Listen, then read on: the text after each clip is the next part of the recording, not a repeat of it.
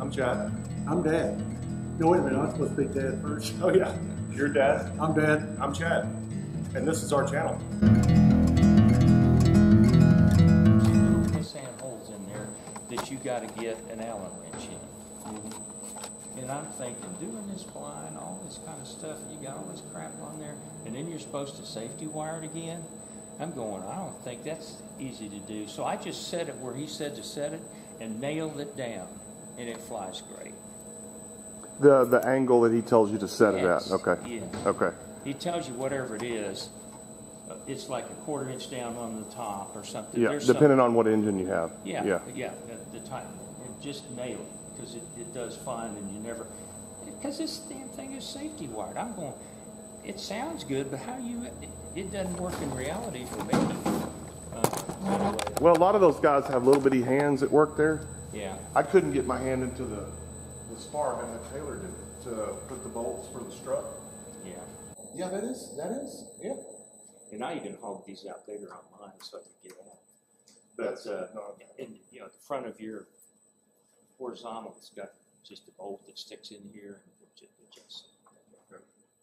But nail it wherever he says to do it, because it's close enough. And just safety wire and be done with it. Be done. So this goes on first, and yeah, then the tail goes. Okay. Okay. Yep. So the next thing is your rudder has the horn down underneath here. You got to take it off and set on there, and then put the horn back on, right? Yeah. That's the way you want to do it. Did you see that doubler I made back on mine? That's where he cut that out. I cut that out so I could hook all the control cables up and all that kind of stuff. I could pull those cables up through here, Set it all together. set it, and then just set it down, and then I made a doubler to go over the top and put some nut plates on top of it. Okay. Much easier. I mean, obviously you can do it that way because that's the way they do it at the factory, and everybody else has done it that way. But it's easier. Yeah. It would almost be. I mean, it would be neat if they had a. Yeah, I guess. Golly. You see what I'm saying? And I don't know how you like working holding your hands up here, but that's a lot of work. I want to go to Brandon shoulder.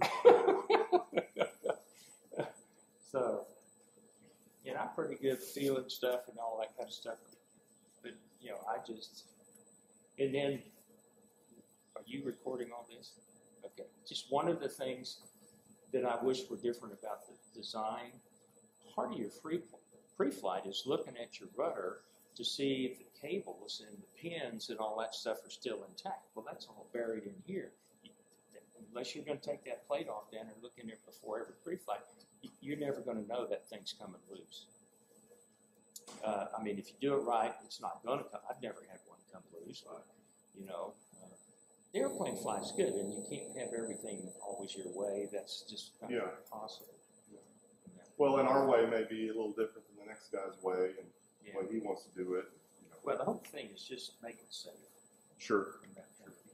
Man, I had no idea how much was involved. I mean, it's an airplane, right? But I still didn't have any idea. And even after you get it built, you've got to check things and double check things. And You can't pull it off the side of the road. Yeah, that's why you got to do pre-flight. But the other thing is, let me suggest that you bag these things better. Yeah, they're already getting dusty. No, the dust is not the problem. It's mud daubers.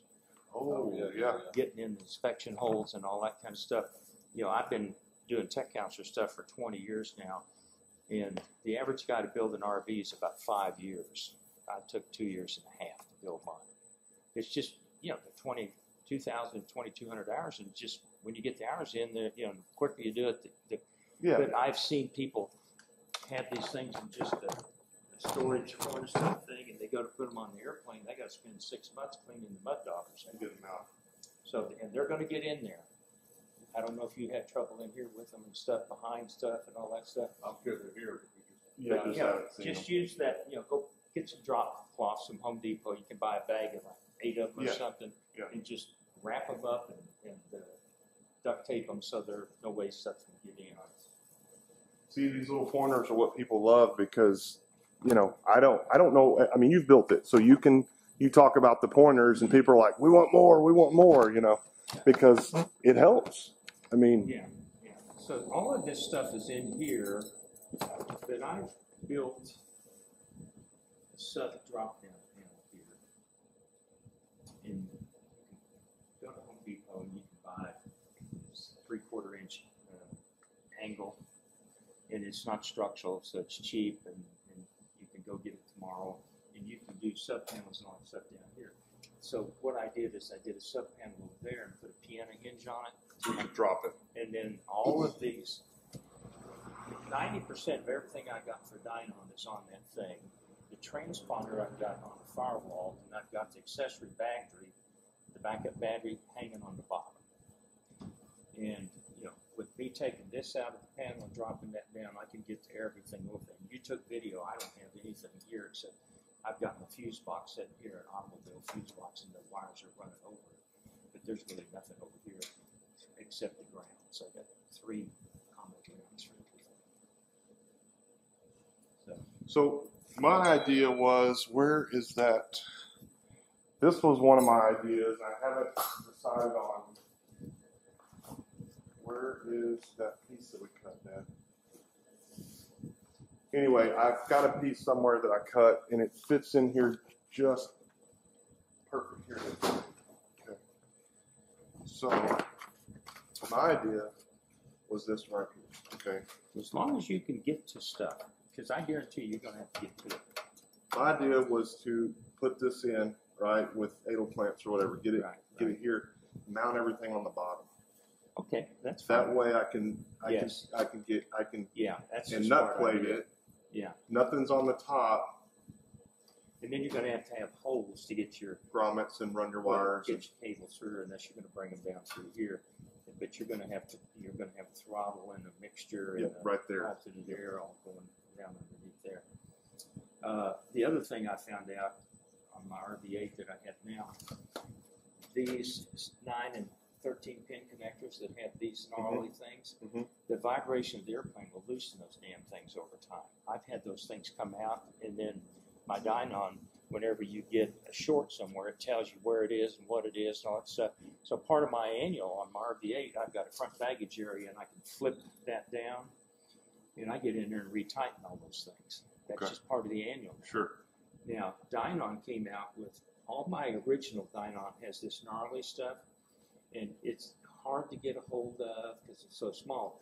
Dynon came out now with these things that have a big plastic thing on there that, it's like twisting your little finger, and you can get more torque on it, and it's easier to deal with. But I'm just telling you, that's all of these things, get them as tight as you can get them. And some of the guys... It looks like you can put a pin through there and turn it. See the hole? Right, yeah. And you got to be careful even overtime to get bust stuff. Yeah. But you want to make sure that's all torqued. Because if you got to get back in there, it's a real pain in the butt. And it looks like Garmin's got all of this stuff. Dynon's got the head of them now. You see, that doesn't even come past. You can't even get your hand on it. Yeah, you'd have to get a pin in there and a rod and turn it. Because it seems like they would put, is that an Allen head on the end or no? I can't see that. I think it is. So then you get an Allen head and turn Well, it. but think about this. Once this panel's going to get taken out, because you got to take the windshield off to do it. Yeah. So everything's got to either come from the front or down under. Yeah, you would have to take out all the screws and pull this out and have service loops to get it out far enough. And then I made this stick removable.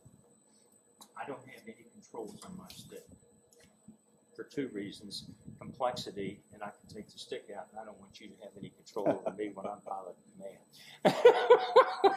Well, you never know what the guy's going to do. This is all well and good, and I thought about it. But the problem is to make this quick disconnect, and these little wires are really a pain in the butt to make connections with. They're so small. I was going to go up to Mauser and get some Molex connectors and pin them and to where I can disconnect all that. And then the elevator trim has got 2 whites, a red and a black.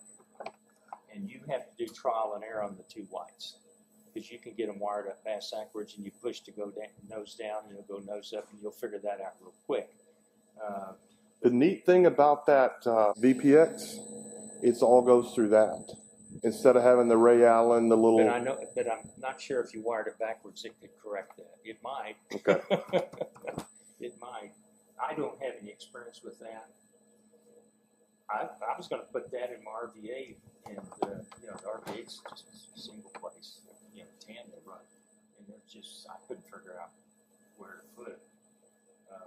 You'll be interested to figure out where you put it, but you'll figure out how. I'm gonna. I think if when you said that was a good idea, it made me feel better. I'm gonna put one here, one over there, and not everything on the bottom. Yeah, that makes sense. You know, and maybe mount something like this on the top because I can still get to it. I can take this out and I can get to the bolts. Right. You know, something that's not going to have to come out, something that maybe will never have to come out or not have to come out very often.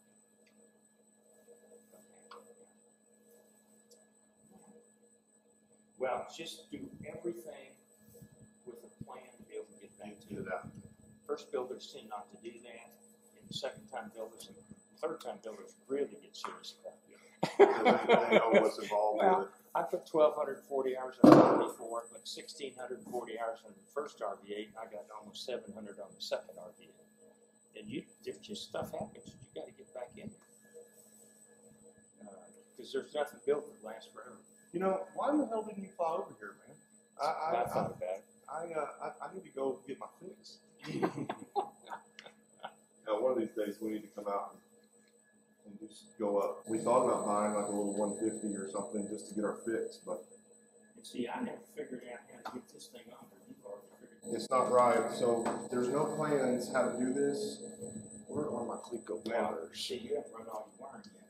No, And all that wiring is going to get rid of this bottom down here, so you don't have crap going down there through there like you can't believe. so I was and like, it looks well with even when it's not even in there.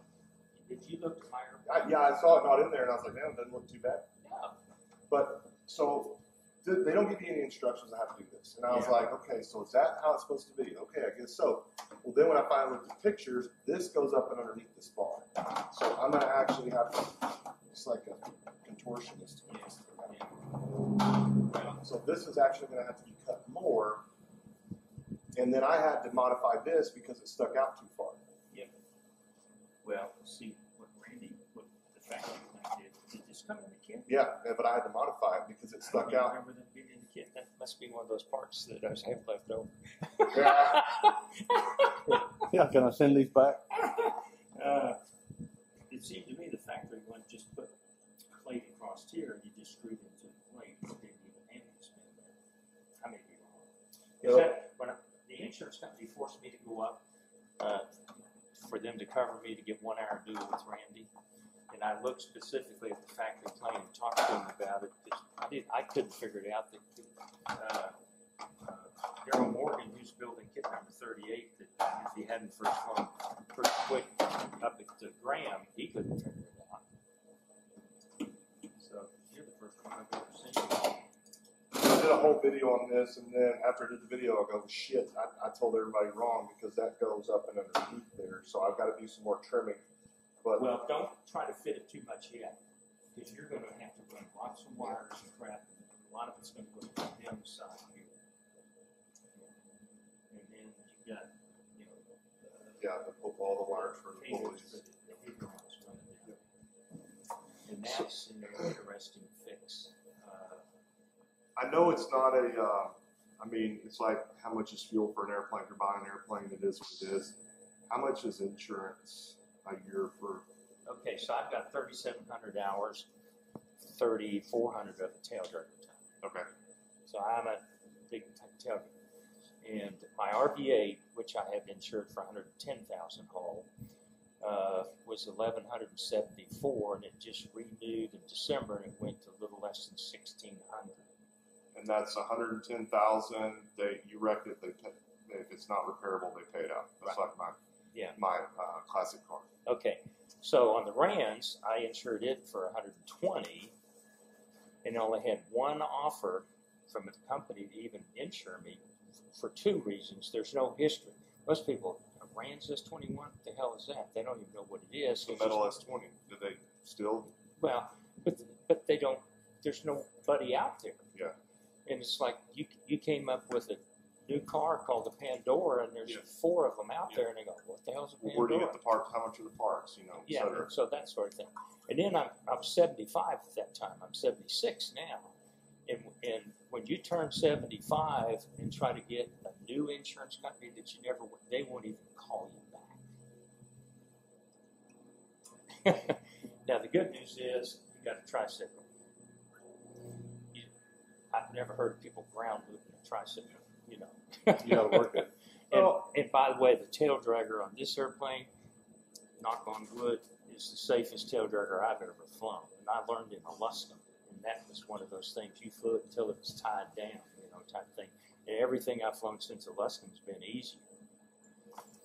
And the tandem airplanes, further back you get to CG, the more likely you're going to lose it, because you got this moment arm way back here, and the pivots up here where the main landing gears are. And you know, so as the CG moves back, it's easier to ground loop an airplane. So this one, what I love about this airplane, you don't move that trim tab. I mean, you can hand fly the whole thing all day and never even put a trim tab in there. But you just, you know, that bar, I don't know if you got a bar, I've just got about 7 bars on it. Yeah, I don't use it. It goes through the vertical power. Well, my point is, ends up on from there. level flight to nose up for landing is about 2.5 bars. If you look at how the airplane's built, every airplane except this one that I've ever seen, the main spar is right here. And the fuel is usually always ahead of it. So when you burn fuel off, the CG goes back. Gotcha. Okay? This airplane, the fuel cell goes from all the way to the front to the back to burn fuel off. It doesn't change CG one bit. Now, you put 2 people in here, you're all under the CG. Now, if you load up the baggage area and you put a lot of weight way in the back, that says 180 pounds, you better have 150 of it right behind the seat. Put your sleeping bag and all that light stuff back there. And a lot of people don't put that net in there. I'm telling you, put the net in there. Yeah. Because when you're, like when I was going to Idaho and, you know, hitting the turbulence and stuff, you know, and the other thing is, if you make a sudden stop, all that stuff's going to come take you out. So put the net in there.